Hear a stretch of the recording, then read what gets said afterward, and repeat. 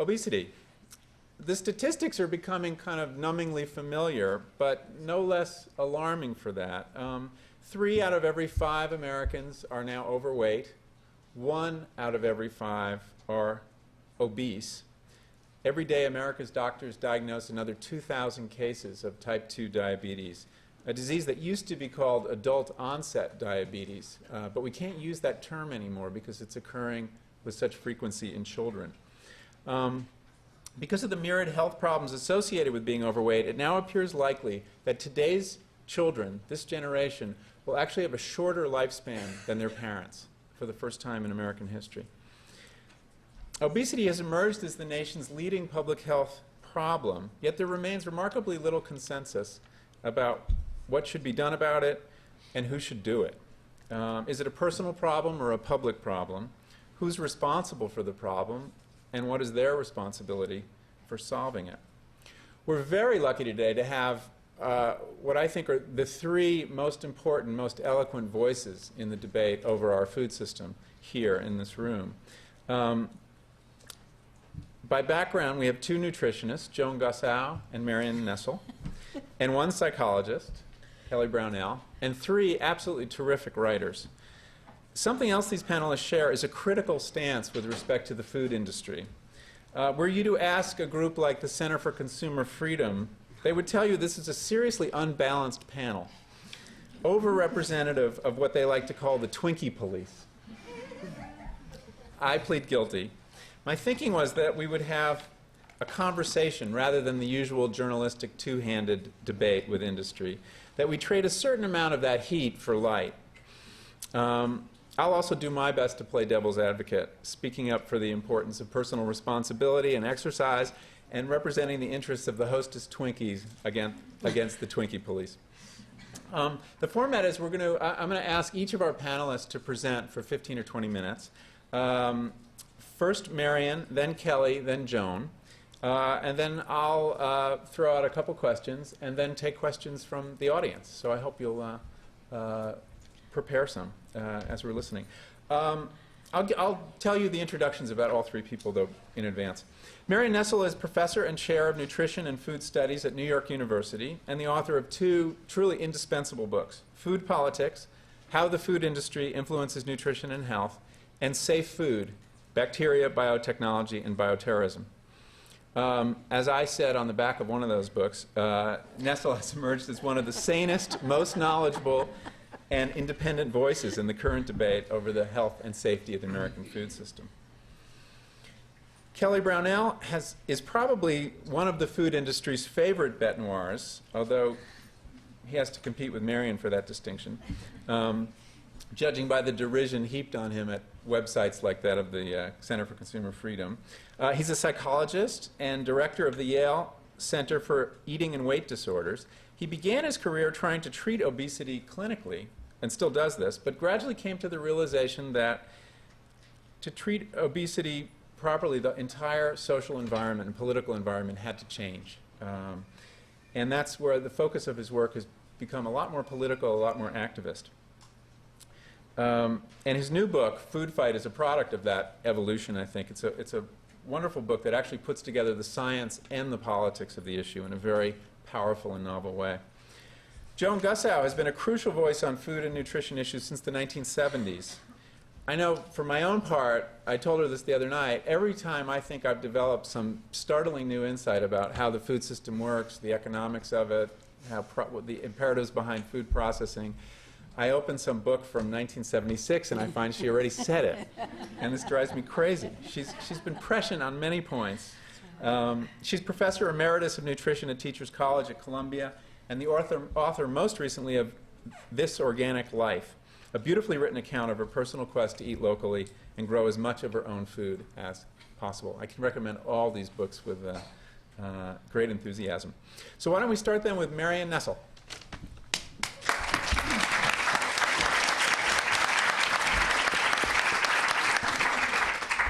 Thank you, Michael. It's a pleasure to be here, and it's a particular pleasure to be on a panel with people who are going to argue with me about what to do about these problems rather than my attitude about them.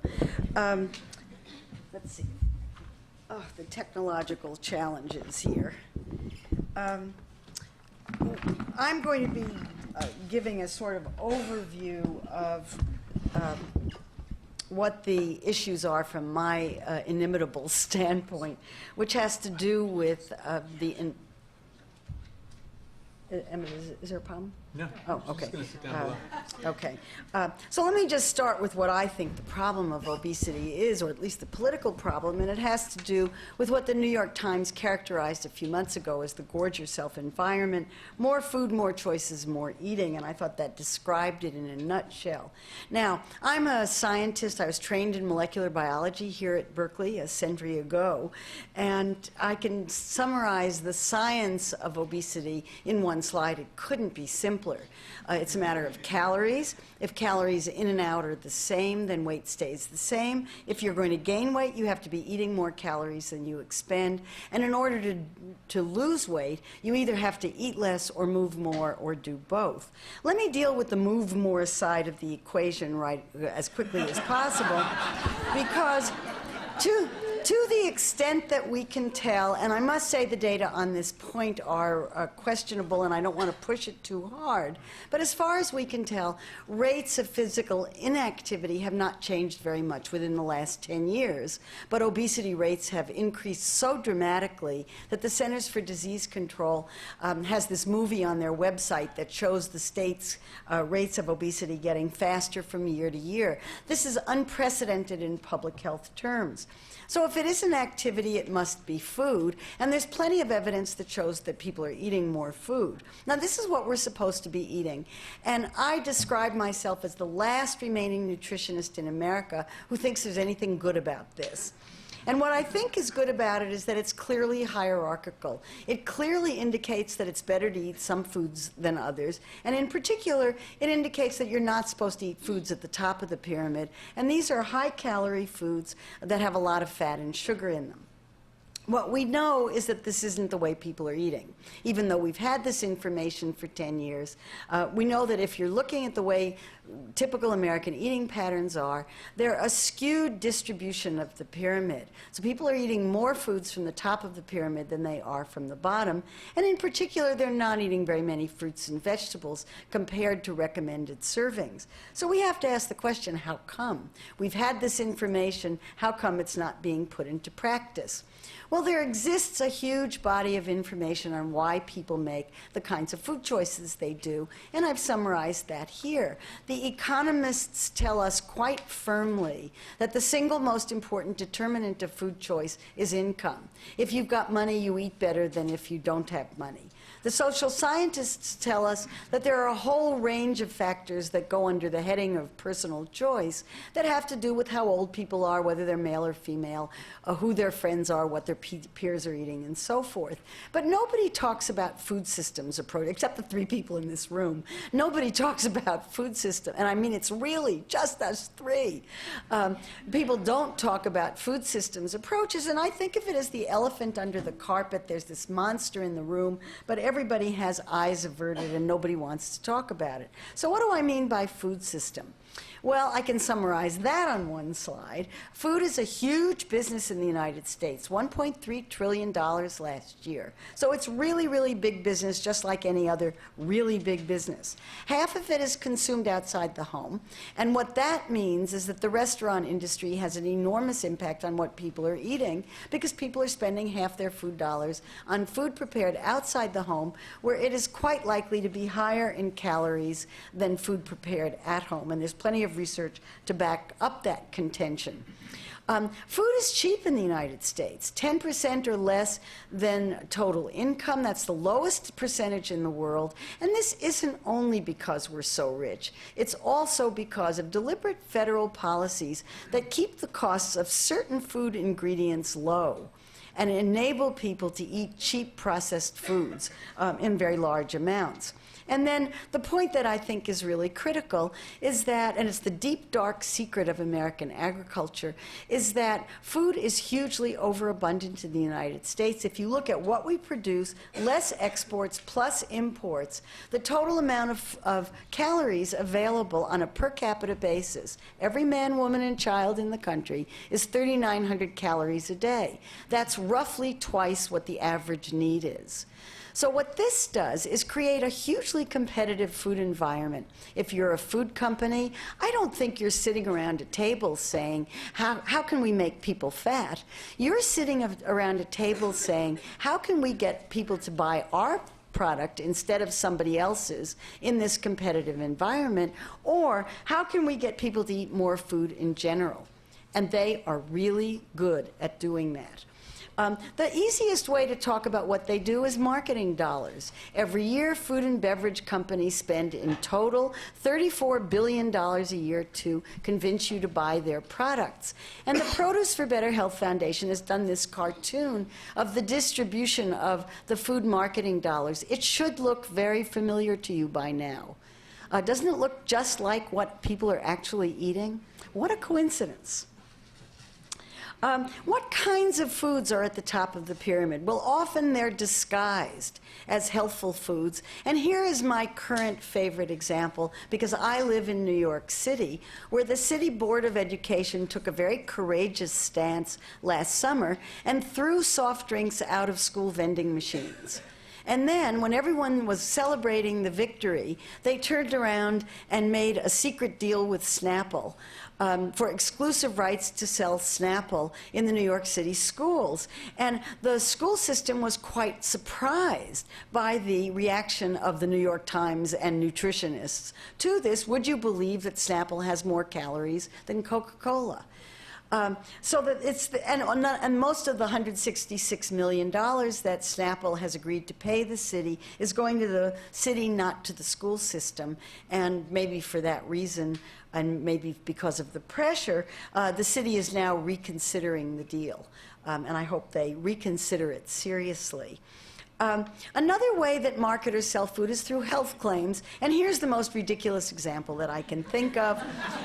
This was an advertisement from the New York Times from 1999, and it's kind of old hat because it was a long time ago and it only ran once, except that the company that makes this particularly health food product has now petitioned the Food and Drug Administration to legitimize this claim and is taking the FDA to court if they don't approve it. And it's quite likely, since the FDA has rolled over on the subject of health claims, that we will soon be seeing health claims on ketchup bottles.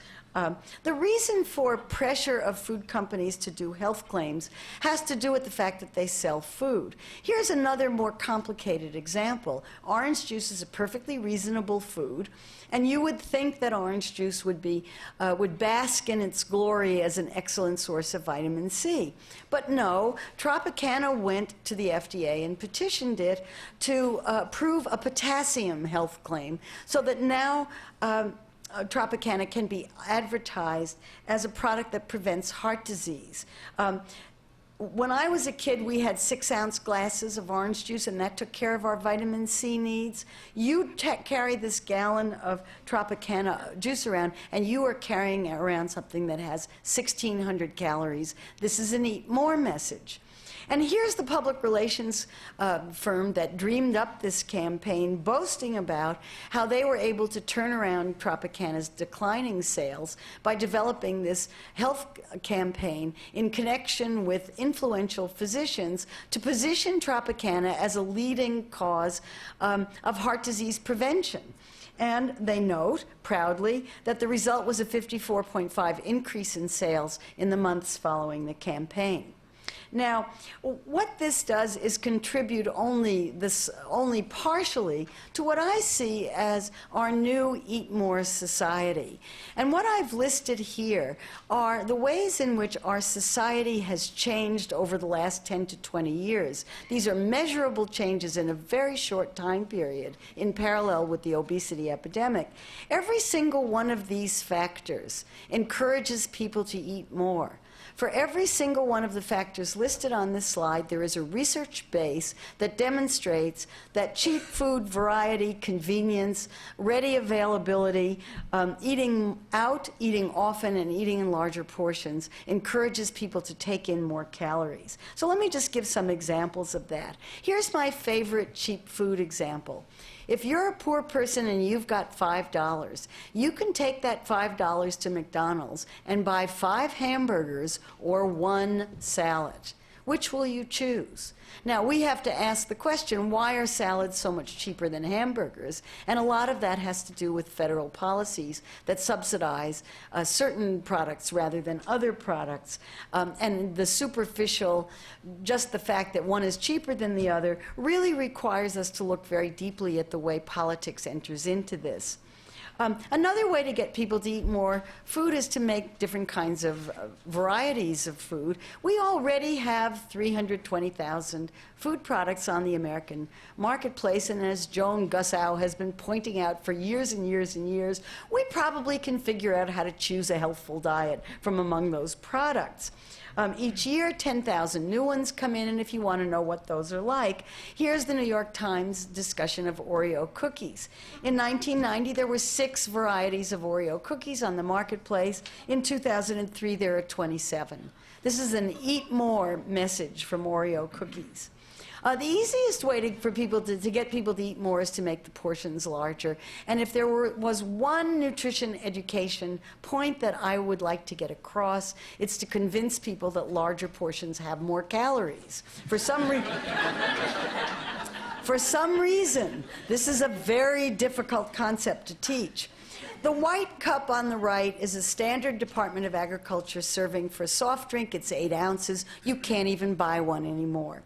The one on the left is a double gulp, and if it doesn't have too much ice in it and contains soda, it will provide 64 ounces and 800 calories. The pretzel on the left is a pretzel that she bought on the street. It has 6 ounces in it. That's 6 grain servings. You eat that pretzel, and you have done your pyramid grain servings for the entire day. If marketers can't sell to the general public, they're doing target marketing. And in particular, food companies have discovered Hispanics. They've discovered that Hispanics are the fastest growing segment of the United States population, and that selling to Hispanics is such a lucrative market opportunity that Advertising Age now has a monthly column called Marketing to Hispanics, in which they track the ability of marketers to reach that population. And if you can't sell it here, sell it there. I was at the Lisbon airport early this summer and took this photograph. And then I got sent this one. I love showing this one. The Baby Food Action Network people have this on their website. And this was a legitimate billboard that was photographed in Austria last year. And when the Baby Food Action Network called McDonald's on it, McDonald's said, "Oh, it's too bad you don't have a sense of humor." Probably the most insidious kind of marketing is marketing to children, and I also think it's the food industry's big point of vulnerability. Marketing to kids has 3 purposes. Number 1 is to get kids to pester their parents, and the advertisers actually speak of the pester factor. You want to increase the pester factor in your marketing campaign. You want to establish brand loyalty very, very early in life, and as illustrated here, what you really want to do is to convince kids that they have to have their own special foods. Kids aren't supposed to eat grown-up, boring foods. They're supposed to eat their own special foods in special packages with special colors and designs and with special colors of the food. And here's ConAgra's attempt to hit that direction, but this kind of approach explains Happy Meals, it explains Lunchables, and it explains all of the products that are designed to be put into kids' lunch boxes so that they can trade them. Kids are supposed to have their own food and not eat adult food, regardless of the quality of the food that is being prepared. I won't even ask Alice Waters what she thinks of this. This is my complicity slide to talk about the role of food and nutrition and health professionals in all of this. Here's a package of Lucky Charms that I bought over the summer with new and bigger marshmallows. And on the side panel at the top is the American Heart Association check mark. The American Heart Association, in return for a large amount of cash, has endorsed this product as heart healthy because it's low in fat. I think the American Heart Association needs to rethink its criteria. This product is 43% of the calories from added caloric sweeteners. The reason for the kinds of marketing that is being done and the reason for all the efforts to market to all these segments is really easy to understand.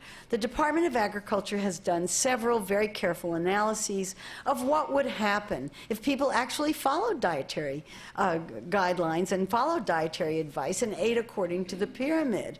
And the way they describe it is that it would cause profound dislocations to the agricultural sector. Here's what it would do to food products. The sugar and salt that we get in our diets is not mainly from the sugar and salt that we sprinkle on our food at the table. It's what's already in the foods that we're eating. So if we're going to eat less saturated fat, sugar, salt, and alcohol, we have to eat less of the products that are the main sources of those nutrients in American diets. And here I've listed them here. The main source of saturated fat is meat and dairy products. The main source of sugars, I've learned to say, are soft drinks. The main source of salt are processed foods and snacks. Every single one of these food items belongs to a trade association or has its own lobbyist, whose job it is in Washington to make sure that no federal agency ever suggests eating less of any of these products. And in fact, if you go on the website of any government agency involved with obesity, I defy you to find any eat less messages on any of those websites. All of them are focused on activity programs. Now, mind you, I'm not opposed to activity. But in any case, I think what we have is what begins to look like a conspiracy between the food industry, the government, and sometimes food and nutrition and health professionals to encourage people to eat more. And so if, as I argue, this is a matter of politics and politics enters into obesity, then we need to talk about what needs to be done to change this system. And I think there are lots of things that can be done to improve the situation, and anybody who's interested in dealing with this, I'd like to see it start with children because I think it's easier, I think it's politically easier, and I think you get a lot of support for it. I would start with soft drinks. Pediatricians are telling me that they are seeing obese kids who typically take in 1,200 to 2,000 calories a day from soft drinks and juice drinks alone. You want people to lose weight? That's the perfect place to begin. I think we need to work on school meals. I think we need to eliminate food marketing in schools. We need to be teaching kids about food from farm to table and teaching them about food systems and also teaching them to cook. And then, of course, I think we need to advocate for universal school meals to try to help the schools do this better and, of course, promote activity programs. But I'm much more concerned about the food side. On the national policy level, there's also a lot of things we could do. We could join groups that are advocating for implementing national goals for obesity prevention. We have such goals. What we don't have is an implementation plan or a federal agency responsible for carrying it out. As nutritionists, if we mean eat less, I think we should say eat less, and we should say what we mean eating less of. And as Kelly, I'm sure, will talk about, price policies and tax policies could be adjusted to provide incentives for eating more healthfully. We need to eliminate farm supports, advocate for universal health care, and ultimately, the source of all evil is our campaign contribution law that corrupts our legislators and prevents them from making decisions in the public interest. Now, these are the kinds of issues that I discuss in my book, Food Politics, which came out in March of 2002, and I want to say just a word or two about what's happened since then. First of all, we are now seeing in this country, and it's very exciting to those of us who are involved in this, we're seeing real national interest in doing something about big food. And this is from The Economist, not exactly your radical Berkeley magazine. Here's Fortune magazine, another bastion of business. Is fat the next tobacco? The war over obesity will be fought in the courts, and that's bad news for big food. Businesses have discovered that if people eat less, it's going to be bad for business. And what are they going to do about it? Here's the science part of it. New Scientist, the British equivalent of Scientific American, had a big article on All-American High. Can fast food alter your brain in the same way as tobacco and as heroin? You probably didn't think of it that way, but lots of people are thinking of it that way. And certainly the lawyers are very interested in what companies have been doing to try to make their products more attractive, especially to children. Whether that's addiction or not, we can argue about. I don't like the word, but a lot of people are talking about it. And of course, this is what everybody's worried about. I was in London at the beginning of last week, and in a bar where there was a lot of smoking going on, and I asked the bartender if I could go through the trash and pulled these out.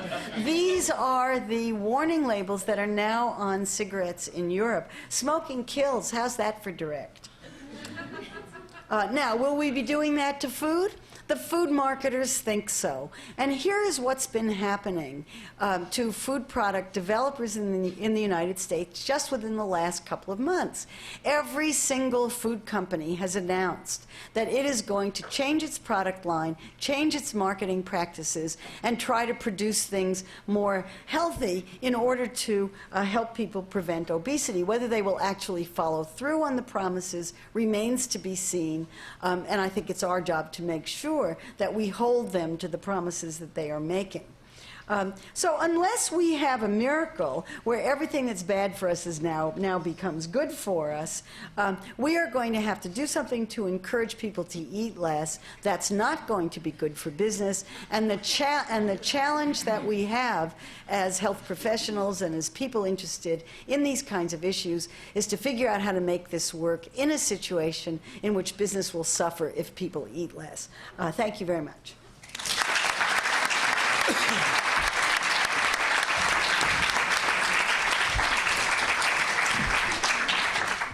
Thank you, Marion. That was bracing. Thank you. Thank you very much for having me at this very interesting meeting. I'm delighted to share the panel with the people who are here, people who I consider heroes in our field. And it's also very nice to be invited by Michael. And if anybody wants to read some inspiring books, just put Michael Pollan into Amazon. Read anything you can possibly get your hands on, and you'll be a happy person. I have been. The obesity crisis is an extremely interesting historical phenomenon, and we're at this extremely interesting point in history now where we have to decide as a culture how we're going to be dealing with what people now recognize pretty universally as a crisis. There's a global crisis occurring too. There's not a single country in the world, according to the World Health Organization, that doesn't have increasing levels of obesity. The industry, as Marion was pointing out, is a very interesting player in this, and we have to decide as a nation how we're going to interact with them. And there are responsibilities and opportunities, of course, with this. Things are happening at an incredibly fast pace. There's this very interesting tug of war between forces that are promoting obesity or might be serving to inhibit it. And if we look at these major factors that influence what we eat, economics are pushing us toward obesity. Biology is doing the same thing. I'll explain this more in a few moments. And certainly the environment, as Marion explained.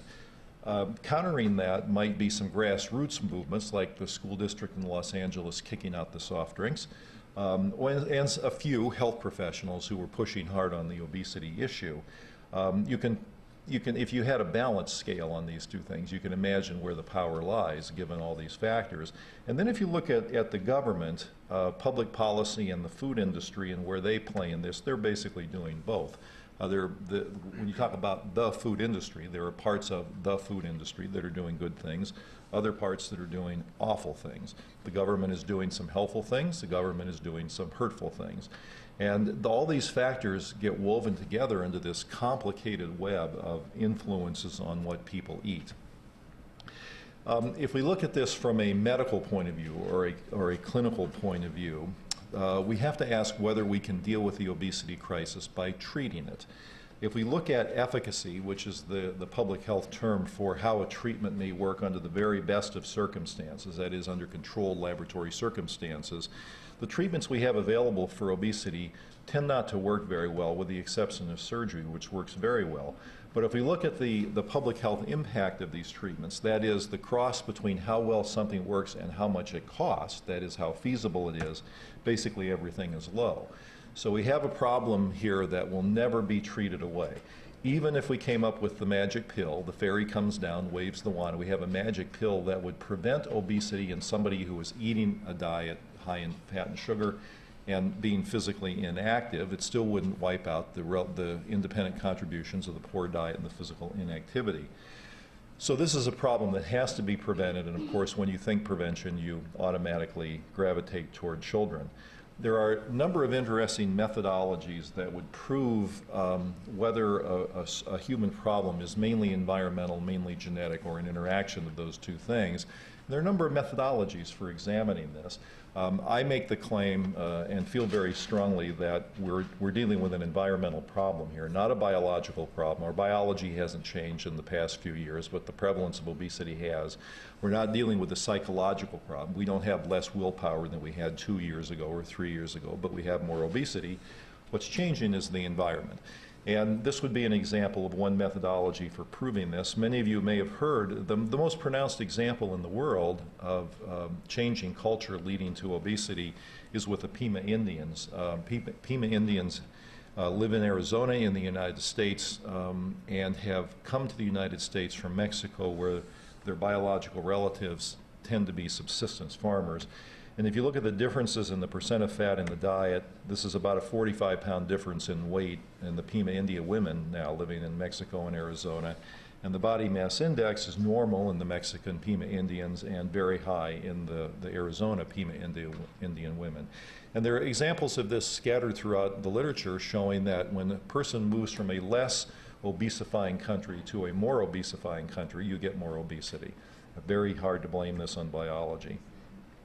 So for about 15 years, I've been using the term toxic environment to describe the environment that the population is exposed to. This is a very strong word. Certainly in the context of public health, it conjures up image of toxins and poisons and things like that. So let me see if I can defend such a powerful word. I believe that poor foods are available as never before in our culture. Marion gave a number of examples of this. I'll give some more. And they're engineered to taste very good, promoted very heavily. I'll give examples. We have essentially let the food industry, in the way it packages, advertises, and portion sizes its food, have a free pass to the hearts and minds of our children and to our adults as well. They have exploited this opportunity and made great profits as a consequence, but we have a sick nation also as a consequence. Declining physical activity is a big part of the picture as well. This will follow up on something that Marion said, but if you look at the major factors that influence what the nation eats, and we look at an economic balance sheet here, and this could be an economic balance sheet that we each face as individuals, but certainly our nation faces, and we look at the factors that might promote the consumption of poor foods versus healthy foods, you get accessibility being a major issue. Certainly the poor foods are more convenient. Very few drive-in windows where one can get healthy foods. The foods are engineered to taste really good. Most people don't like the healthy foods as much. They're promoted very heavily, and they're cheap. And this pretty much summarizes all the factors that tend to contribute to people's choices about what to eat. And if you came from Mars and you knew nothing about our country other than this, you would say an epidemic of obesity is pretty much inevitable. So there are many examples of the overwhelming nature of this environment. And let's talk about the promotion for a minute. The average American child sees 10,000 food advertisements per year just on television. And you know what they're all for. Mainly, more than 95% of those are for sugared cereals, snack foods, soft drinks, sugared candies, and the like. If an American parent ate every meal of the year with their child, no parent does, but let's say one did, and delivered their most persuasive nutrition message At each of those meals, that would be 1,000 exposures for the parent over the course of a year compared to 10,000 for the food industry.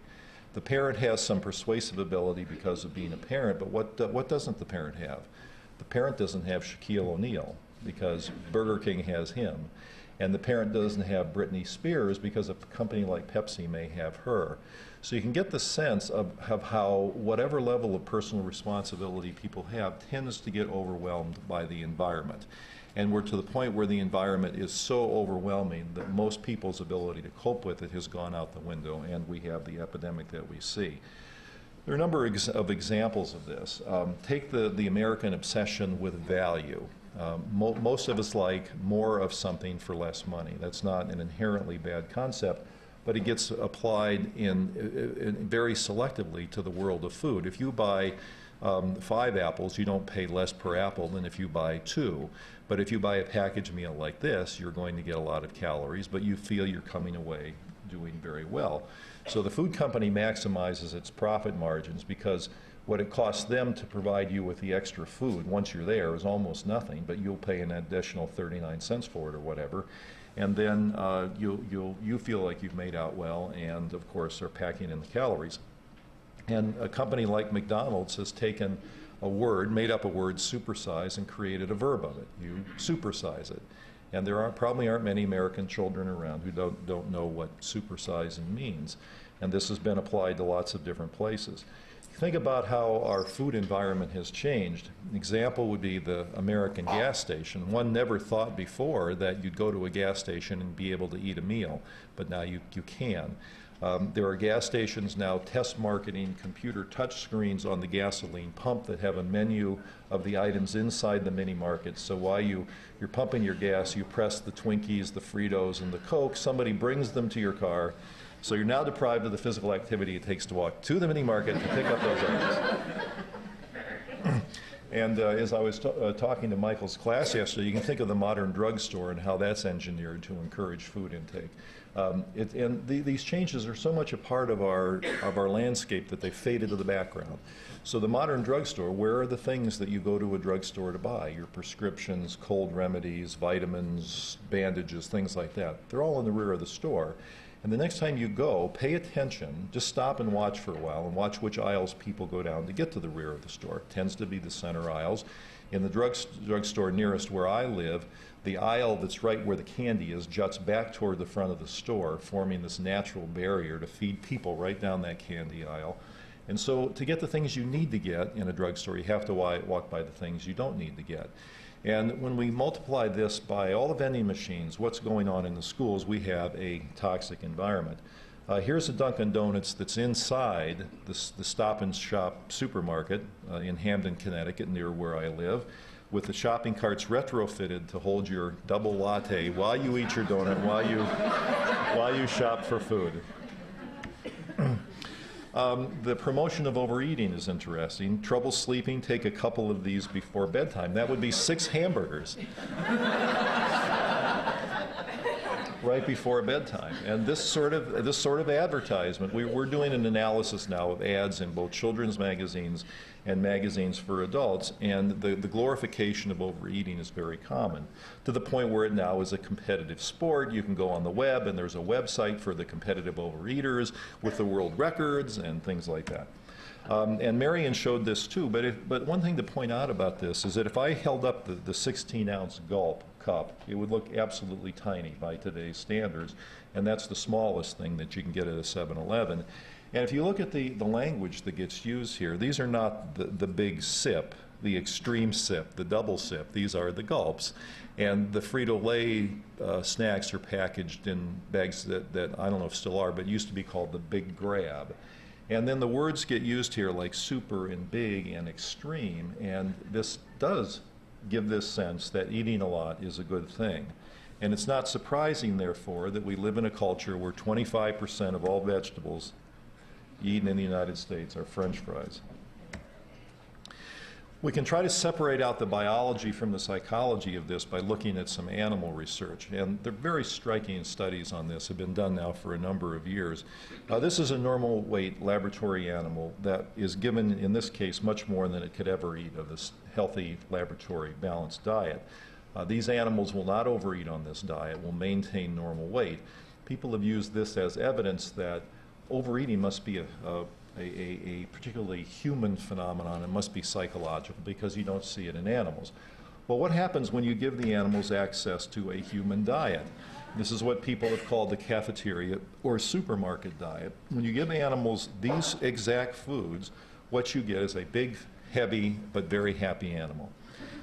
Now, if the animal were a good regulator by its own biology of its nutritional state, it would eat the pellets of the laboratory diet that you see there in the pile.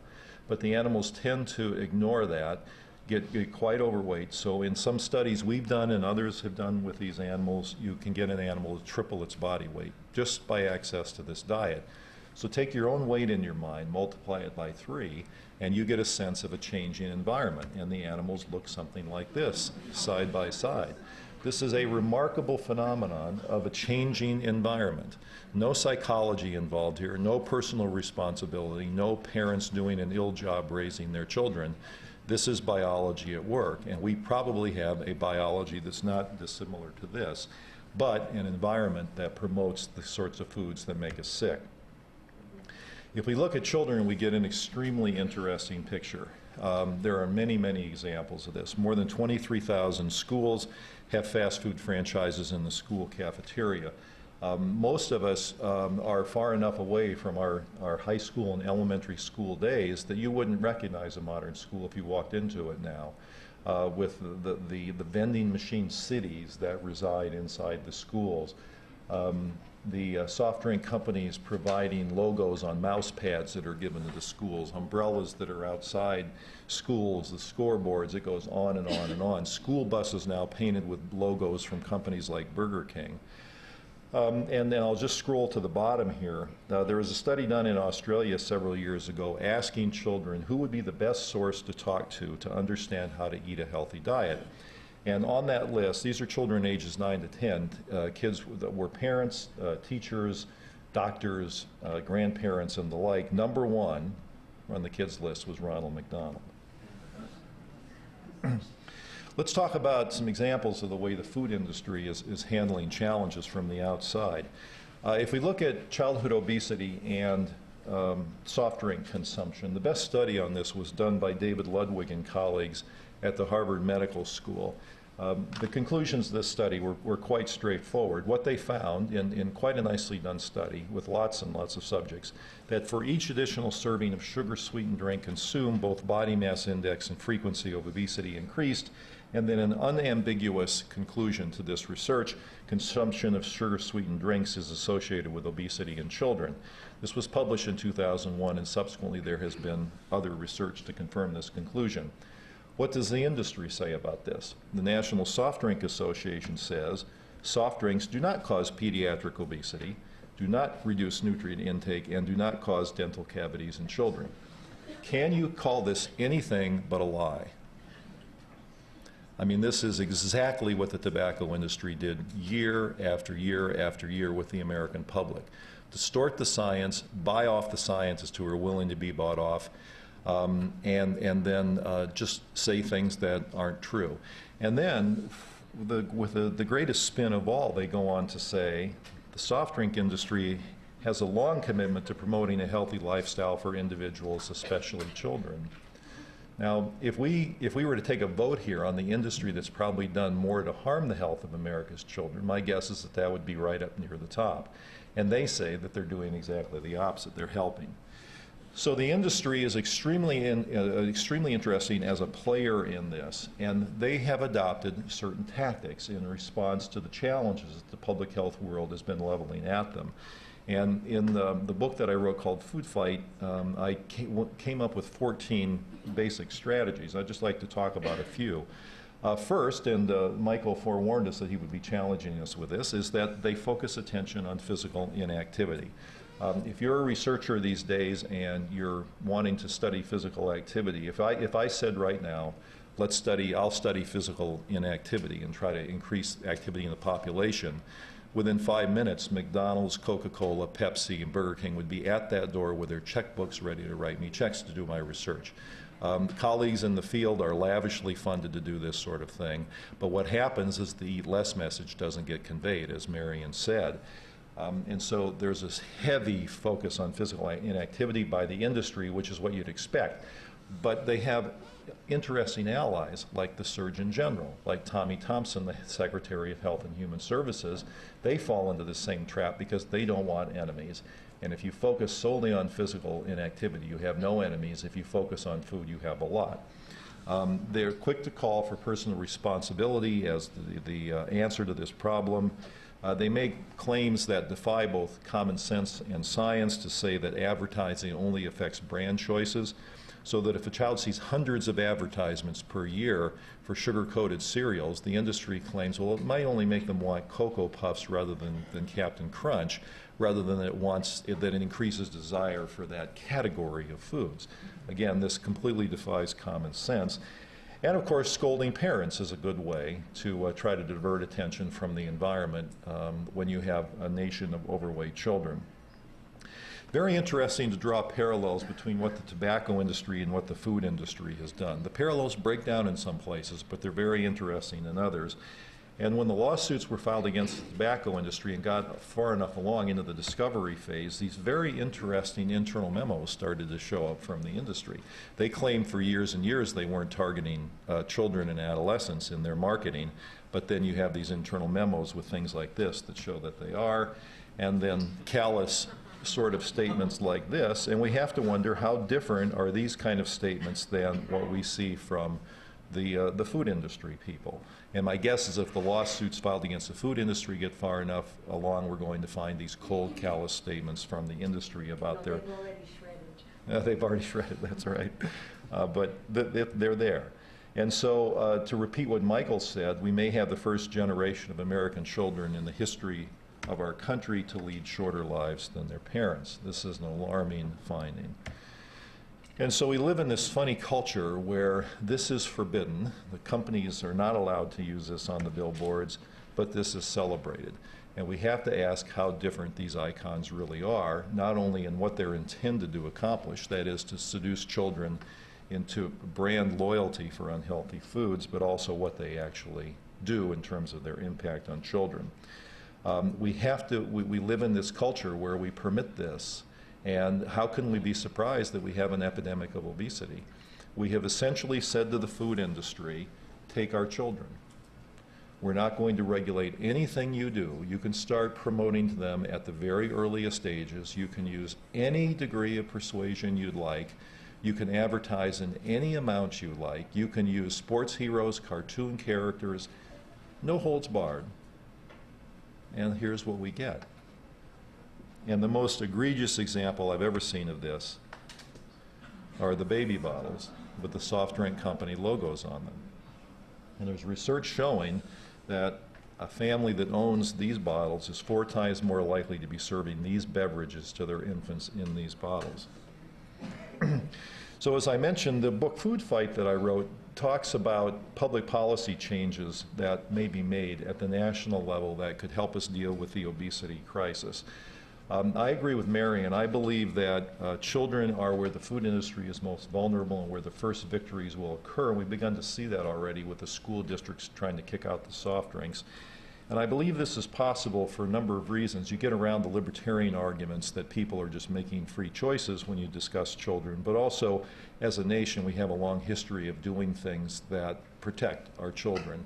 And we do things that mandate certain behaviors, like we require parents to get children immunized against infectious diseases. Now we could just call on personal responsibility and say, okay parents, do your best job of getting your kids immunized, but we don't do that. We require safety restraints in cars for young children. We do a number of things along this line, and I believe that protecting children from the food environment will be the next level of success in this fight. Many public health people claim that the war on tobacco was the greatest public health victory of the last century. And I believe the war against the food environment will be the greatest public health victory of the century we live in now.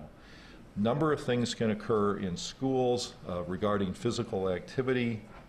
Certainly we need to curtail the promotion of unhealthy food. What the food industry does is they sort of throw bones to the health advocates and say, okay, we're going to go into a school and put in some more healthy choices in the vending machines.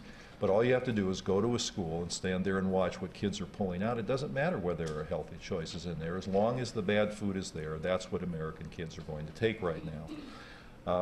The food and the industry does things like the following. I testified before the Senate about 2 years ago, and the person who spoke, and I made a strong pitch for getting the soft drinks and snack foods out of schools. The person who spoke after me was from the biggest food lobbying group in the world, the Grocery Manufacturers of America. This person said that the fastest growing beverage in the machines is water. Okay? So I raised my hand and I said, Mr. Chairman, perhaps water has gone from 0% of sales to 3% of sales, and that represents big growth, but that's not what children are drinking from those machines.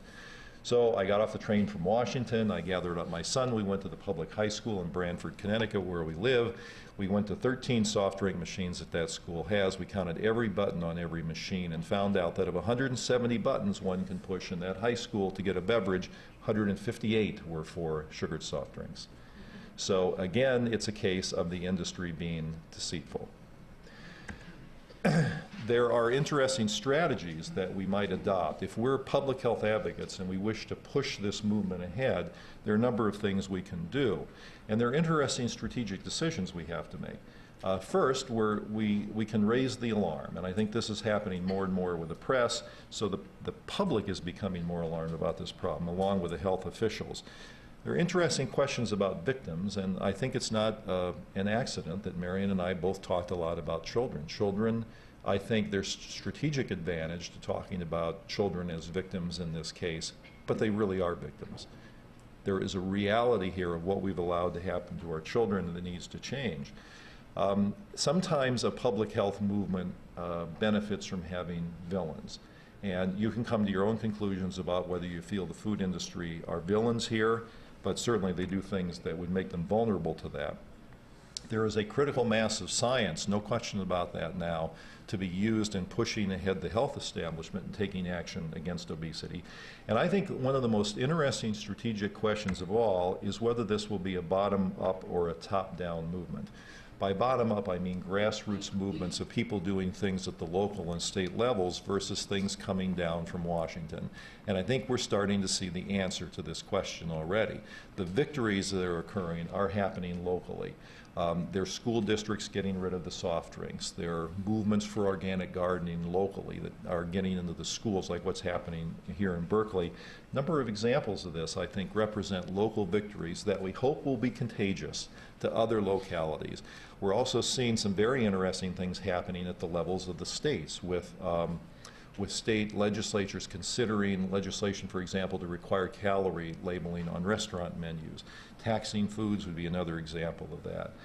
There's very little happening in Washington of a creative nature that would help address this problem. Washington, I think right now, is being completely bullied by the food industry. So you have people like the Surgeon General, the Secretary of Health and Human Services that are talking about obesity as a problem, wearing around their step counters and talking about how we need to get people more physically active, but backing away entirely from the issue of food. I think change is here. It seems to me that what happened over about 40 years in the tobacco wars is being compressed into 40 months in the food arena. Things are happening at a dizzying speed. Marion and I were talking before this session started. Hard to know where it's going, hard to know what's controlling it, hard to know what it will end up looking like. But it's amazing what's happening. I think there's a tremendous opportunity here. So I'm going to end with my favorite quote by Gandhi that discusses, he's discussing the process of change when we're looking at political freedom in a country. But I think this applies very nicely to the way those of us who have gone through these food wars have experienced this. It's interesting because Gandhi said, first they ignore you, then they laugh at you, then they fight you, then you win. Thank you very much.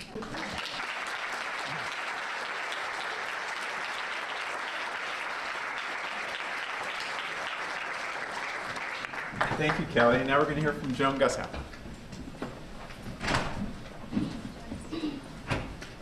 That's this marvelous old technology she's going to introduce us to. I'm enormously relieved that I'm too old to learn PowerPoint. And also, I'm coming after two really terrific speakers, and I didn't know I was going to say anything at all, so this is all thrown together for me, and so it's wonderful to have these two terrific speakers. I won't say very much, and we want to get to a discussion, so I'm going to talk, just talk. You don't have anything but me to look at. And I'm going to talk about what we should eat. My interest is in nature and the food system, and I'm going to begin with nature. A year or so ago, I was asked to blurb a book called The Lost Language of Plants by Stephen Buhner. And having gone through that last bout of books that told you that how plants reacted if you talked to them very nicely, I looked with some anxiety at this book, wondering if it was going to turn out to be the same sort of thing. And it isn't the same sort of thing, and I found it absolutely fascinating. And I'm going to read my blurb. Somebody read Michael's blurb. If you've ever remarked on the miracle that every seed knows just what to grow, you ain't seen nothing yet. Just below the soil surface and above it too, there's an unimaginable amount of communication going on. It's not only the plants that are talking, Stephen Buhner reminds us in this surprising book. We humans are immersed in a sea of chemical signals that link our well-being to that of millions of organisms that are usually beneath our notice.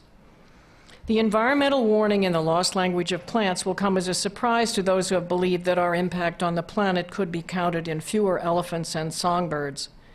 Buhner gives new meaning to the cliche, you can't do only one thing, reminding us that it is disrupted communication we must worry about as we take our chances on synthetic pharmaceuticals and other chemicals that have no place in the living planet's ongoing dialogue.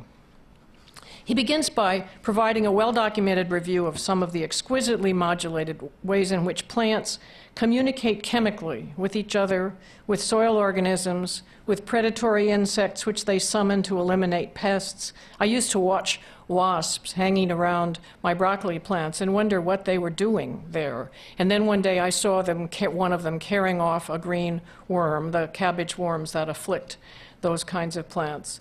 And I realized that's what it was there for. The plant had called the wasp, according to Buhner.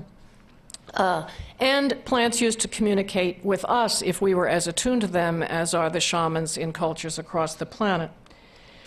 Once you've digested the notion that the web of life is more than just a phrase, and that through their roots in the earth and their leaves in the air, plants are absorbing and exhaling a variety of chemical substances so that they and we and all of animal and insect life exist in a kind of smog of information that tells us and them how to stay alive. Once you've understood that, you begin to understand the dilemma we have put ourselves into with our chemical assaults on the earth and on our own bodies. What does it mean to this elaborate signaling system that since World War II, the human species has added to the Earth's, and hence to our own metabolism, billions of pounds of new chemicals, 70 to 100,000 different ones, most of them totally untested as to their effect on the human health, and that we daily dump into the water with our sewage all the processing chemicals and food additives and all the bioactive pharmaceutical drugs that we ingest or are infused with as we treat our various ills. Given our puny knowledge of how humans fit into this web, why is it that we believe we can healthfully feed ourselves with products torn out of this denatured nature and transformed into substances increasingly alien to anything our human ancestors evolved on? Food, as humans first experienced it, was what they saw from the mouths of caves or from the openings of whatever shelters they had. It was what they chased or brought down or what they found in the forests or savannas as they hunted and gathered, or what they collected from the sea. They had an intimate relationship with what they ate and with the soils and waters that it came from. I just was eating in Berkeley, sitting downtown and thinking that it was wonderful to think that one could actually eat food that was from close to Berkeley, if you lived in Berkeley, which you can. Even within the last 200 years in this country, food was mostly what your neighbors produced and what your local grocer sold. But as people moved into towns and cities, their connection with food became more remote.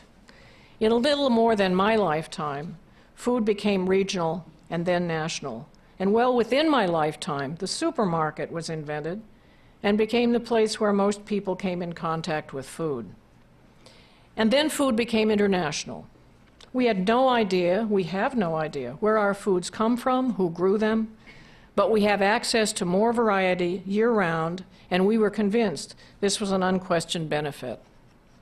And now we are moving into an information age with regard to food and everything else. We still eat material objects, but we're even less sure whether they derive from anything natural.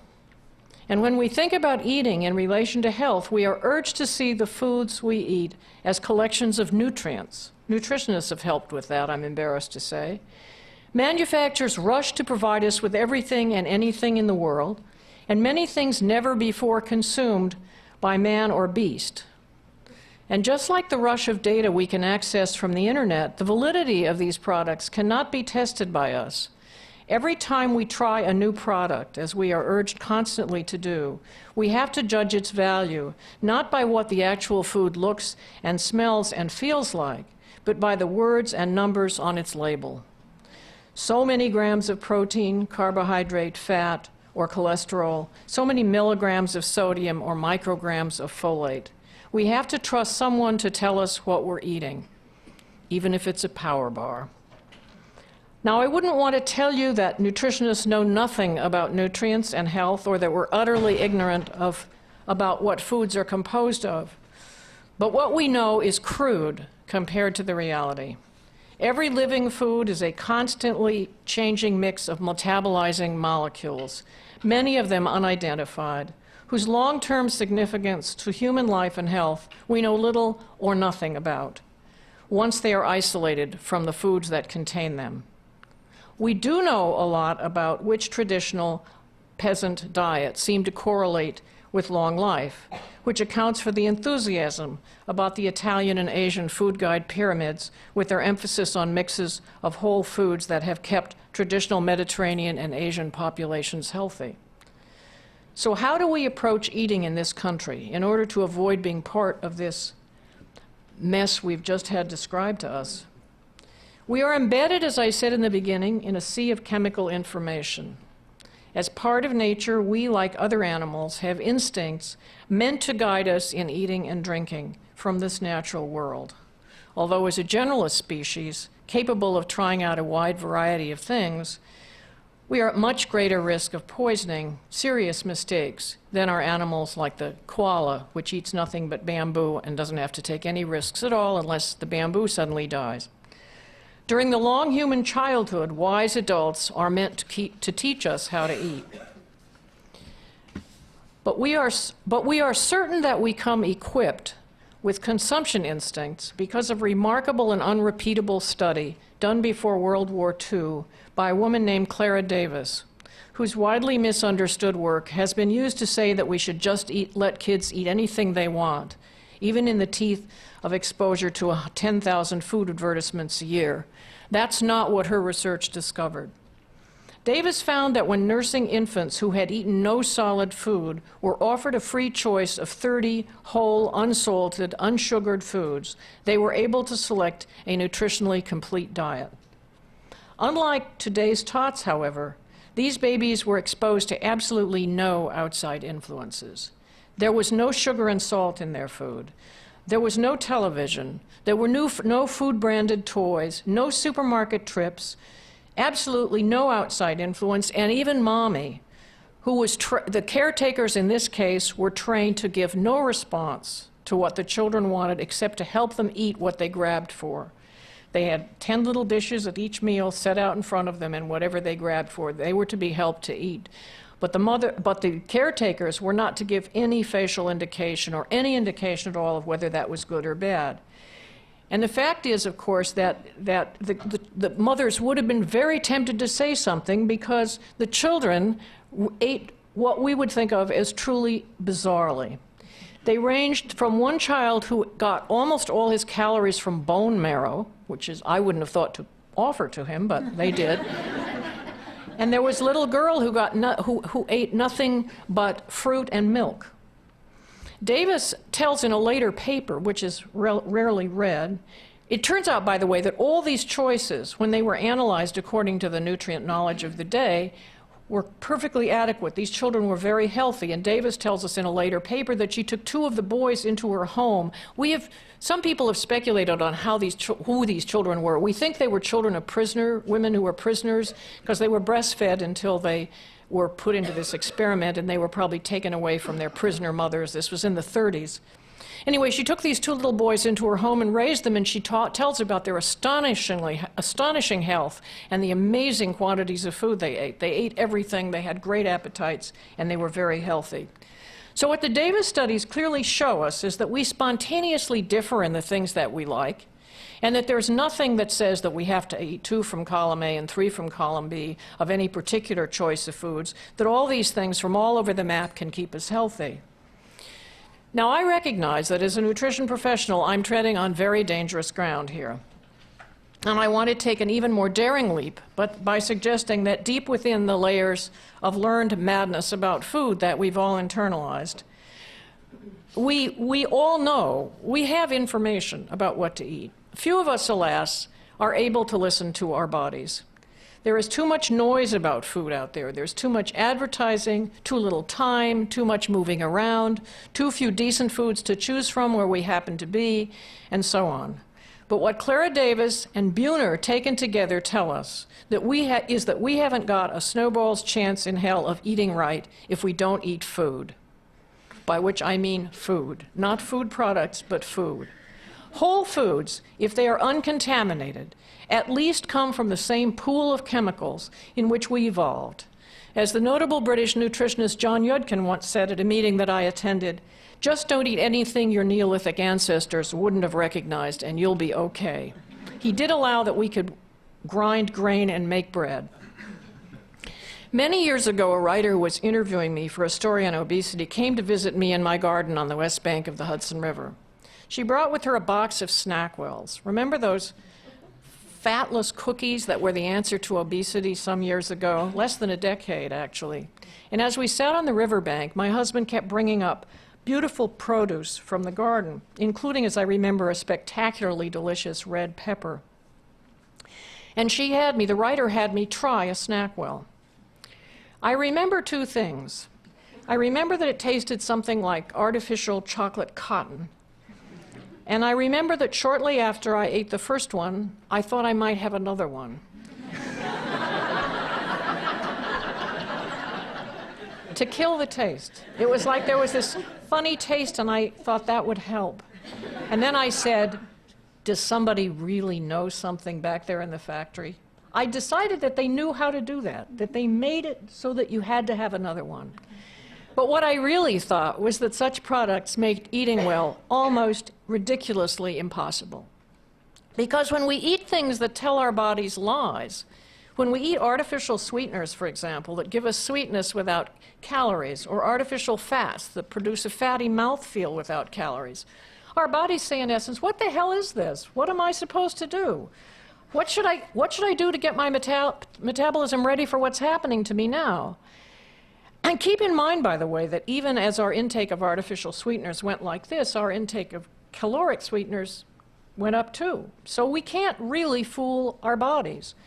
Mother Nature cannot be fooled, and once we start to eat fake foods, our bodies, we have no choice then but to read labels. We have to eat by the label because our bodies can't give us any guidance anymore, and that's a fool's game. The only famous thing I ever said, and it's been reprinted all over the world, including now, I'm happy to say, on a T-shirt at the Farmer's Diner in Barre, Vermont, and I just found it at the bottom of my own calendar and a couple of months up, I saw it, was that I prefer butter to margarine because I trust the cows more than the chemists. I said it 25 years ago, before we even knew about trans fat in margarines. So I've always believed that we would be better off eating foods, and so far I've been right. So what should we do if we want to stay lean and healthy? I've spent a good part of the last 20 years trying to show why and how the foods we eat should be local and therefore to a large extent seasonal, partly because we needed to begin paying attention to where our food was coming from and getting to know our local farmers. 25 years later, I'm really elated by the degree to which the idea that we need to know our farmers has begun to spread, and that it's begun to spread at least in part in response to the shocked recognition that our fat children need protection from the nation's toxic food supply. What's wonderful about all this concern is that it's a win-win situation. Locally grown seasonal foods are, at least at present, largely unprocessed, less traveled, and the kinds of foods we ought to be eating if we wish to be healthy. And the very things we can do for our children to help them eat well, bring them into the garden, as in Alice Waters' Edible Schoolyard, serve them fresh, healthy food by way of farm-to-school projects, introduce them to farmers in farmers' markets and on their farms, let them cook fresh food in the classroom. All these things are also ways to support and promote farmers so that we can begin to create food systems that are ecologically, economically, and socially sustainable, which is my bottom line. Thank you.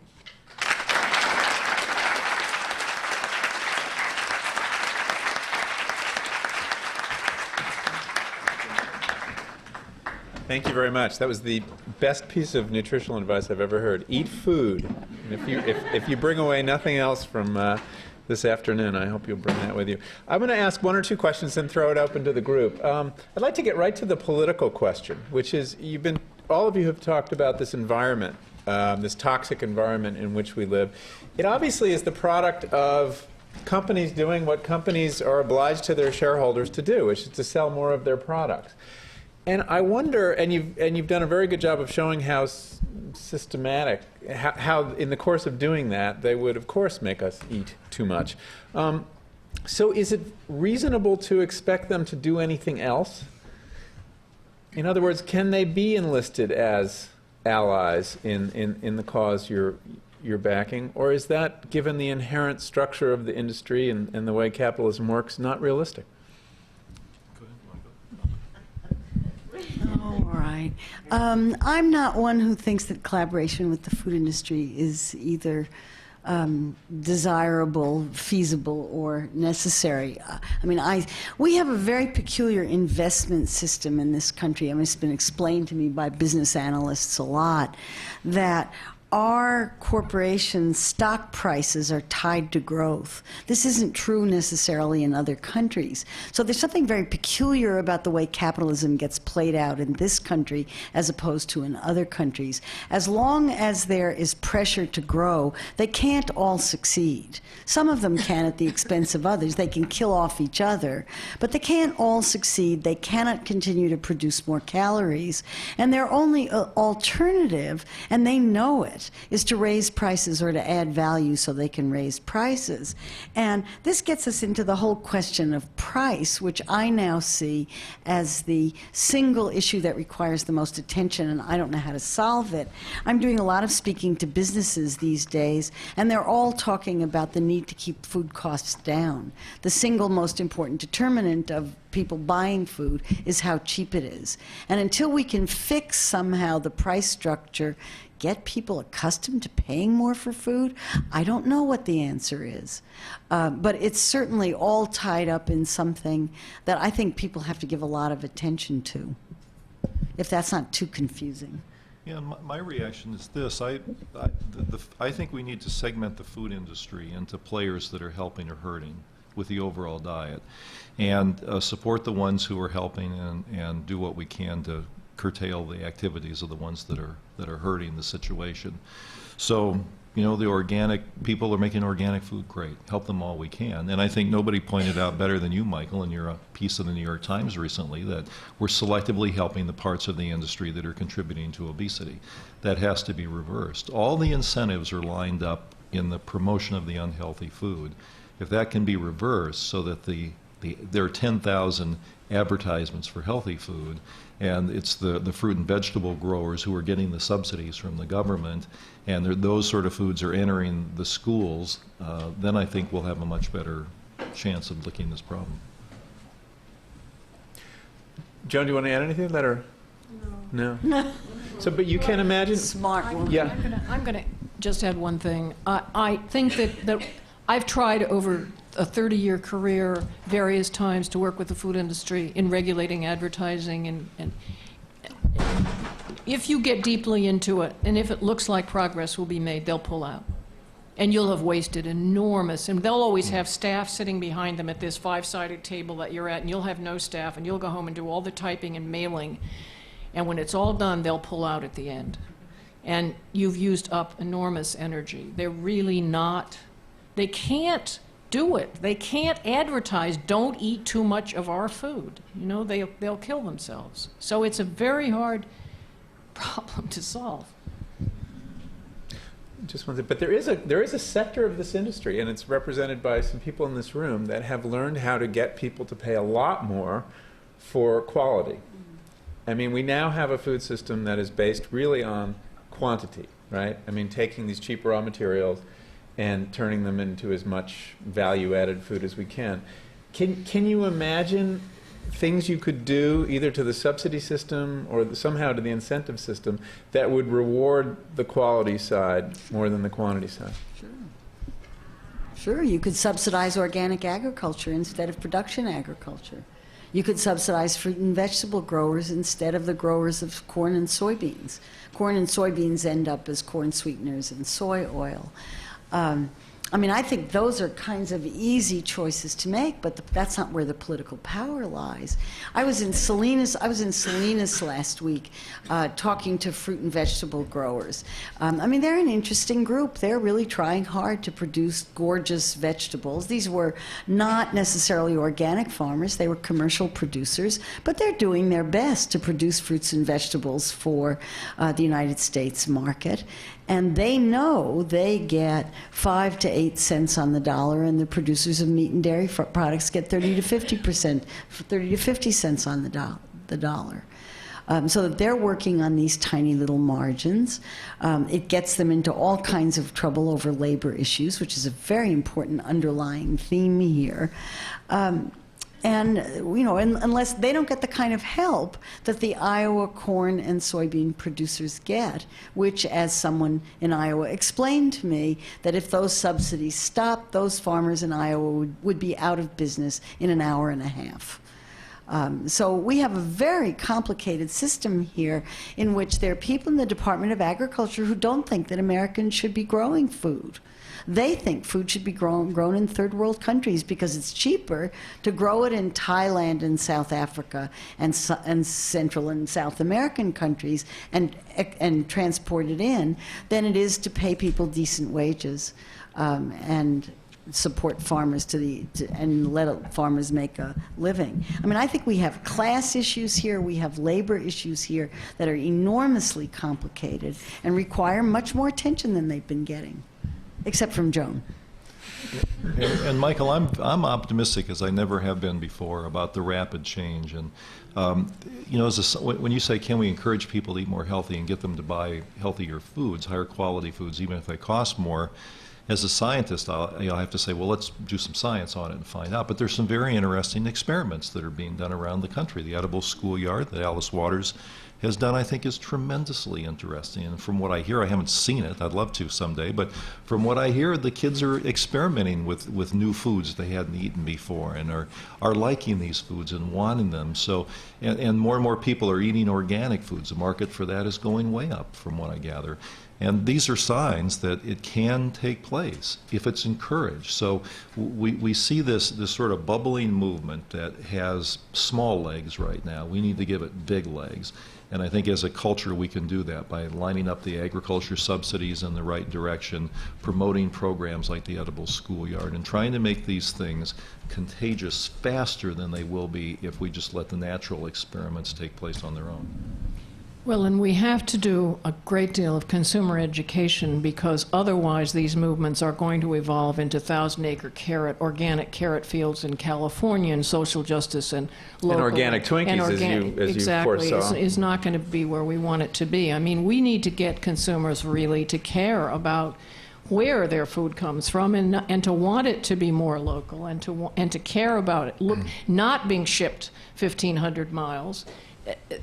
But it's because at the moment, you know, Dennis Blank from Davis, an economist, wrote a book called The End of Agriculture, The American Portfolio, which I just finally got hold of a copy of, and it's $73 actually, and it's worth about a couple of cents.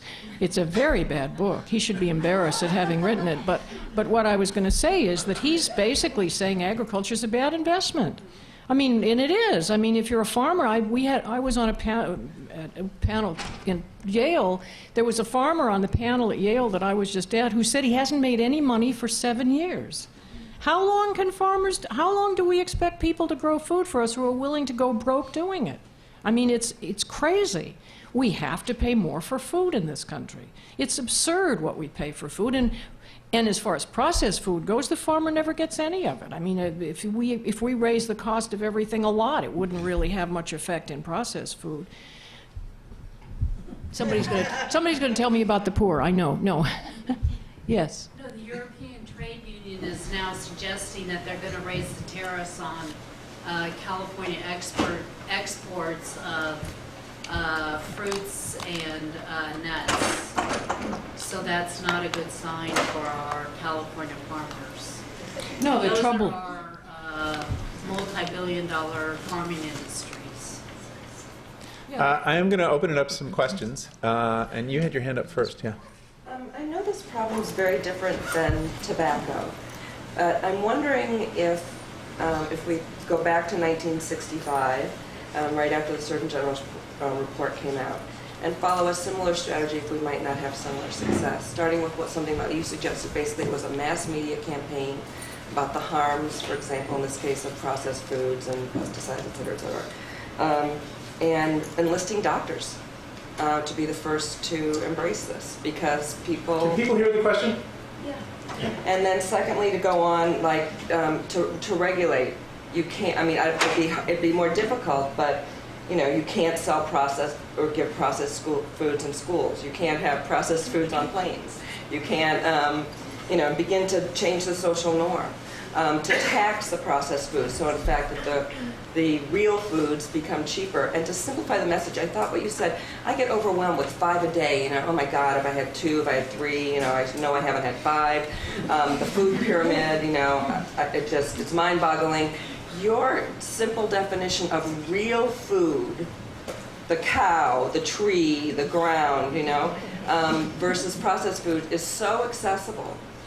I think it's so clear. I've often told people it's almost impossible to be malnourished unless you eat nothing but fruit.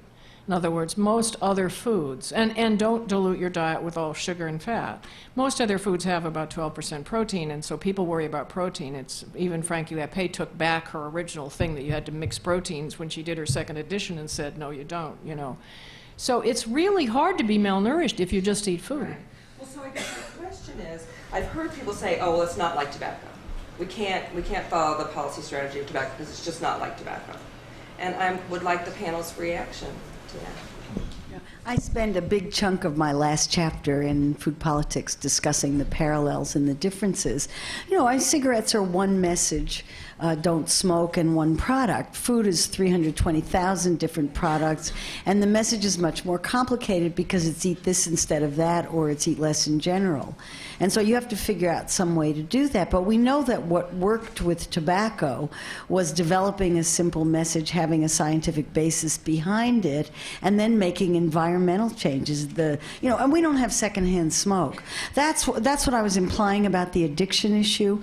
I think there's going to be a lot of talk about the addiction issue. When a mother feeds her child processed foods, that is harm to others just as much as that secondhand smoke is harm to that child. Yeah, I think that's a harder argument to make, although I think that there will be people who are making it.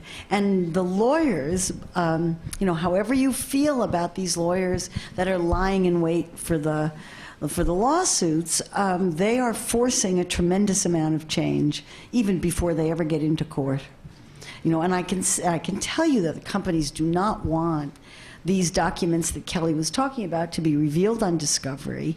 And I just know that all over America there are companies shredding documents even as we speak, so that they don't have to talk about how they're adjusting the content of their products to encourage people to want more of them or to eat 2 cookies instead of 1. It's a very nice example. So I would say yes, we just don't know how to do it yet. I've thought a lot about the tobacco and food parallels, and I think the question about is food like tobacco is distracting, but the main question here is, did we learn anything from the war on tobacco that could be applied in this arena? And I think there are a lot of lessons, and you mentioned some of them. One is if you have the critical mass of science on some key questions, I think it will take you a long way, because then people like the Surgeon General can't ignore it because he's getting bullied by the food industry, but he can be more emboldened. So I think there are several bits of science that could be done that wouldn't cost a lot but would be tremendously helpful right now. For example, I think it would be very interesting to look at the degree to which health improves and overall diet improves when kids are exposed to something like the edible schoolyard. That would be a very powerful demonstration. I also think it would, one of the most powerful, the single most powerful things I think we could do would be to show an association between healthy foods in schools and standardized test scores. Because if you go into a school that's switching from a less to a more healthy diet and you show differences on SAT scores, let's say, you'd have the attention of every superintendent in the country. So there are targeted, select things that could be done with science that could really push this forward a lot, and that could help the social movement a lot. So I think the public health world and the medical establishment are natural allies here, but the medical establishment will come around more slowly, and what they're going to be waiting for is the right science, and I think we need to support more of that. Yes, in the red. Hi, thanks. I'd like to ask a slightly different political focus of question, and I appreciate the speakers because there are so many points of agreement that we have. But from these talks, one might assume that fat people are eating too much and not exercising, and that thin people are all eating properly and exercising properly, which I feel does a huge disservice to fat people like me who eat locally, organically, seasonally, and exercise regularly, and face discrimination for weight. And it does a huge disservice to thin people who are sitting on the couch, not exercising, drinking soda all day. So I wonder if there's a way that we could promote good nutrition without vilifying and medicalizing fat people like me. Yes. I could sure use the help in ending the weight discrimination that I fight on a daily basis. Kelly, you want to take that? Yeah, you know, I'm delighted you raised that point. At Yale, I run a place called the Yale Center for Eating and Weight Disorders. So we deal with both eating disorders and obesity, and we're extremely concerned about placing too much emphasis on weight and physical appearance. In fact, we've done a series of maybe a dozen, I can give you the website, of about a dozen studies on bias, discrimination, and obesity. So I didn't mention that, but I wish I had because it's a very good point. The last thing we want to do is to make people who struggle with their weight feel worse about themselves than society already does, and to vilify the person who has the problem. That's exactly what the food industry is doing, and we can't fall into that same trap. So I think to divert the message away from food in the service of weight and physical appearance, food in the service of health and vitality will help make that message. So I love that, especially because I think the belief in weight loss is what allows people with a clear conscience to look down on people like me. Right. Not give us jobs, not give us health insurance. I agree 100%. Which is my experience. And if our goal is weight loss, we're going to fail. Right. If our goal is good nutrition, I can do that today, I can do that tomorrow. If I were doing an obesity prevention in the schools, I would never use the word obesity and never use the word weight, but think instead of healthy eating, like I said, in the service of vitality and energy and things like that. So it's a great point you raised. Yes. I was just wondering whether you could elaborate on plant versus animal foods, because you started with plants and how the body persisted. Could you repeat the question? Yeah, the question is, she's asking the panelists if they would elaborate on the distinction between plant and animal foods with regard to health. Yes. No, it's yours.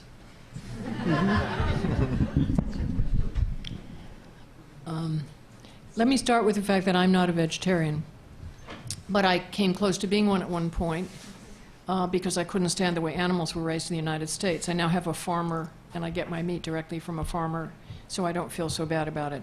But I also was asked by the International Vegetarian Congress to give a talk on, because I'm ecologically concerned, that's my bottom line. What makes sense ecologically is what makes sense to me. And they asked me to give a talk on the ecological implications of animals.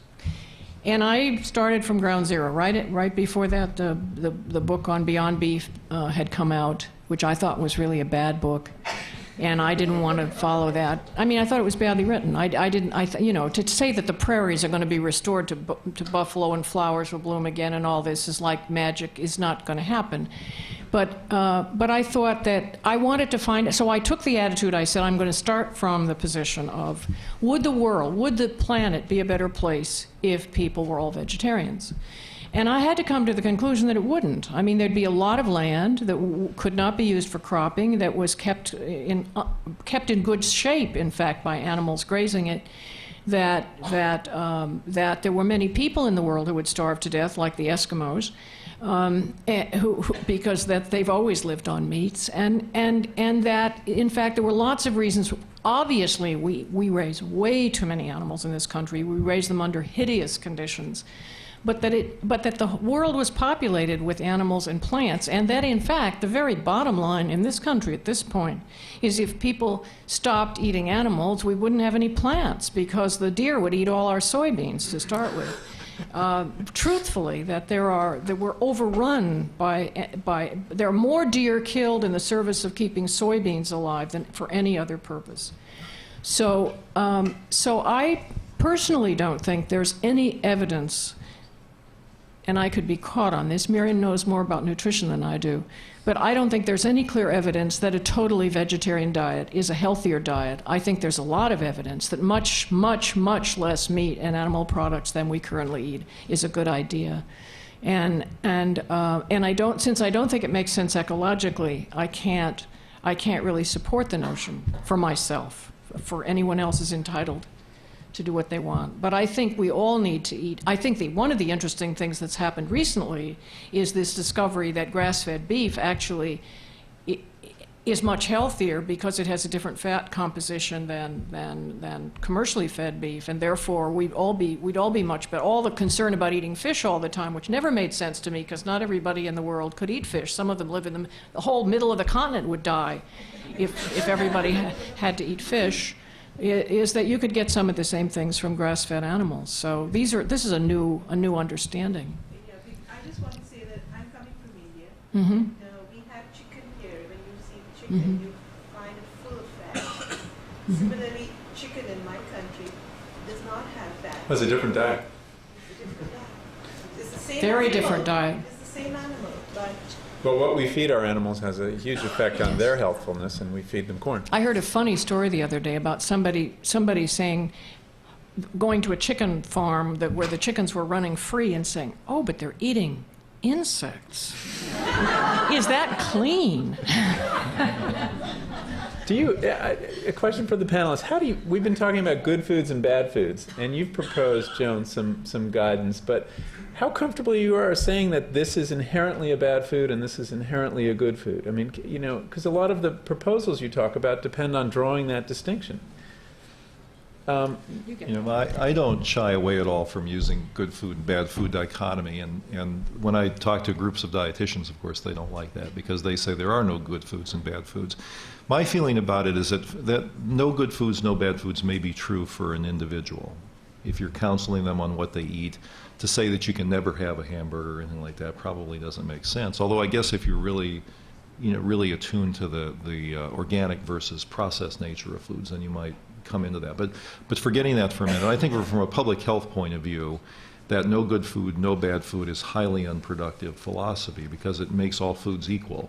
And it makes the fast food industry say, well, you can't blame us. There are no good foods and bad foods. The candy industry, the soft drink industry, they all fall behind that as a smokescreen. And in fact, there are foods that are better than others. We should eat fewer hot dogs as a culture and more broccoli. And to say that they're the same by this no good food and bad food thing is completely counterproductive, I think. Marion? Now, this gets into the whole question of societal changes, where it became normal to drink soft drinks and eat fast food all the time. My daughter was lamenting the other day about how when she was a child, McDonald's was a treat.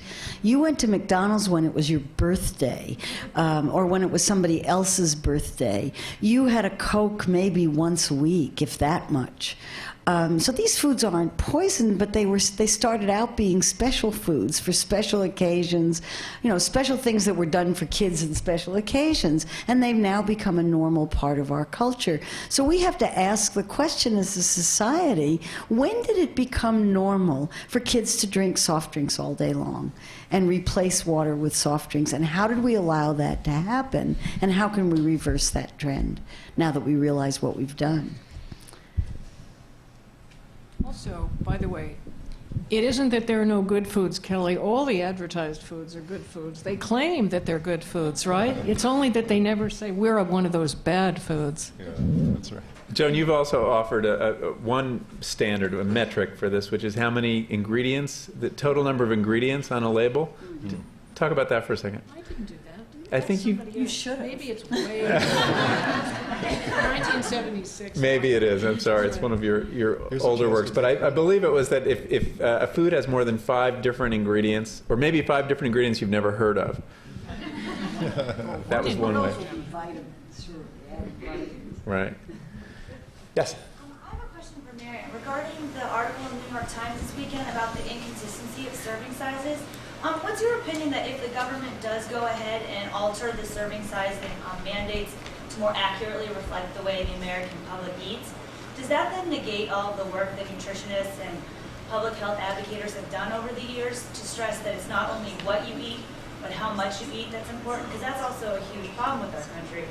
And if the policy is moving in the direction of, well, the food industry can further bully the nutrition educators, what does that do to the nutrition education as a whole?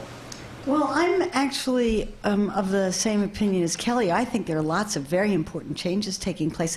I get a lot of my information about what's going on from reporters, and I had a call from a reporter from the Wall Street Journal this morning saying that the FDA is considering putting a calorie label on packaged food packages to give the total number of calories in that package. Ooh, that's a big step forward.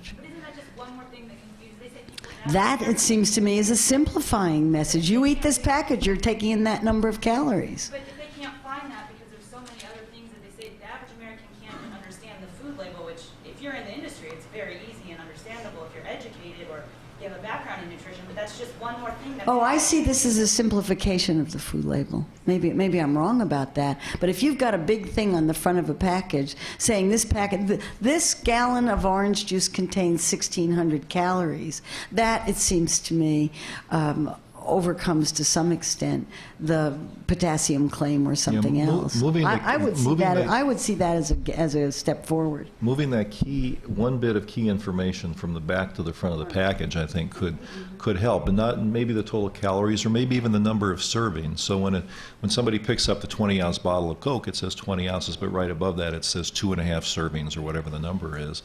Then people get calibrated a little bit to what a reasonable serving is, because now people think a serving is what's ever in the container, and the containers grow and grow and grow, and that's terrible. Jim, do you want to add? I was just going to say, I'm not sure I agree with you about putting the servings on. I just think that's been a deceptive thing all along. I'd really rather see the total calories in big letters. Okay. I just don't think they'd act as if it was 2.5 servings. They'd still eat. Is there any other single piece of information you wish were on food labels that would make a big difference? Yeah, I'd like to see calorie labeling on fast foods of different serving size. These are portion controlled items that don't change, so that on Kelly's slide of the different size portions, the number of calories is given right on the package. Anybody else? Is there one change you want to see on a label? Well, I'd love it if we could do what I proposed years ago on a diet and cancer panel, which is that we could label the foods in the supermarket red, green, and yellow, and have green foods meant eat any time, and yellow foods meant be careful, and red foods meant don't eat very often. But I and how do you assess the chances for that message? Yeah, well, Yes. Well, just kind of adding on to that, given how you all spent the last hour and a half talking about environmental change, do you think it's ethical to give people the information they need to make food choices that they cannot make? I don't know if that makes sense. Say something else about that. Well, you're proposing that one of the key things to do in terms of food system problems that are mostly environmental is to give people consumer-based information that they can then act on. But then they're not acting on it because it exists in an environment that doesn't allow acting on it. So I wonder if it's ethical, at least from my own perspective, to go into a McDonald's and see, wow, it's really not very healthy. And then to also stand in the line and come up and say, yes, please supersize it. Wow, that's really terrible. And I just find that an ethically dangerous proposition. I thought you were saying that they're in an environment where they don't have a decent choice. And that's what I think is the problem. I mean, go to an airport and try to get something that you can eat. That's really is a problem. I still think I still think giving them the information is essential. That's the only way they could begin to put pressure on and say, I don't want these foods. You know, maybe they won't buy anything in the airport if there's no choice that's not 1,500 calories for one bite. Kelly says something very interesting in his book that struck me, and it was a very simple idea, but we've had so much, and the media, as journalists, we're really, really complicit in this problem. We've had so much information on what to eat, whether we should eat more fat, more carbohydrates, that how much we eat gets lost in that discussion. And as Marion made the point in her book, in a way that the message "eat less" is just simply not allowed. And there's so many interests. As journalists, as people who produce food, you can't say that. This morning I went on the CDC website looking for that statistic on type 2 diabetes, and they had recommendations, what could be done to prevent type 2 diabetes. And Kelly had said, yeah, even the CDC won't do a eat less message. And I couldn't believe this was true. This is the Center for Disease Control. I didn't say you were lying. I thought perhaps you were exaggerating. And this is what they said. A number of studies have shown that regular physical activity can significantly reduce the risk of developing type 2 diabetes. Note there's something imperative there. Now, they have to say something about food, but they don't. It also appears to be associated with obesity. Appears. There's nothing to be done about that. But it is remarkable that is a taboo in public discourse. You know, the perversion of that, I've said often that trying to decide whether the sugar is worse than the fat is like deciding whether a tornado is worse than a hurricane. I mean, they're both pretty terrible, and you wouldn't like to have either one. But things like the Atkins diet then gets perverted, where people start focusing on one nutrient, and all of a sudden they don't care about the fat. It's a calorie distractor. Yeah, and the most amazing message of all we talked about in this year class is the recent KFC ad that says if you're trying to control your carbs, come into KFC. Our new governor said the way he loses weight is he just doesn't eat. Oh, that's good. Well, there's some advice. In the blue shirt? I've been working in public health for about 25 years, focusing on our alcohol problem, our tobacco problem. While we've made inroads in these areas, we still have a long, long way to go to achieving public health with regard to these issues, which are probably a lot easier to tackle than obesity. There are other industries, too, that have not been adequately regulated, like the automobile industry, the energy industry, the firearms industry. Clearly there's serious problems with capitalism unregulated, and we can't begin to regulate it until we start to think out of the box public health and deal with these political structural issues, as you started to touch upon at the end of one of your slides, Marion, with regard to campaign finance reform. I'd like to hear your thinking about other alternatives or ways or strategies to go across these issues and create common approaches to dealing with these structural issues with our society. Yeah, I mean, we're dealing with late-stage capitalism in the early whatever century this is, 21st century. And the problems are across the board, and these things go in cycles. If you're a student of the role of government in balancing, government is supposed to balance between the interests of its various constituents, and in this case it would be corporate constituents versus the general public. These things go in cycles, and right now we're in a cycle that that's very reminiscent of robber barons and the time of the the early 20th century, when capitalism was running rampant, and we seem to have a cycle in which this is happening now. We just have to hope for another cycle, in which in which other interests predominate. This requires an educated populace, and a populace that is screaming bloody murder over these issues. I don't care what the issue is, they're all the same. I mean, I was at a panel at the public health meetings yesterday where there's somebody talking about environmental protection, somebody talking about the drug industry, I was talking about food. They were all exactly the same. The issues are identical.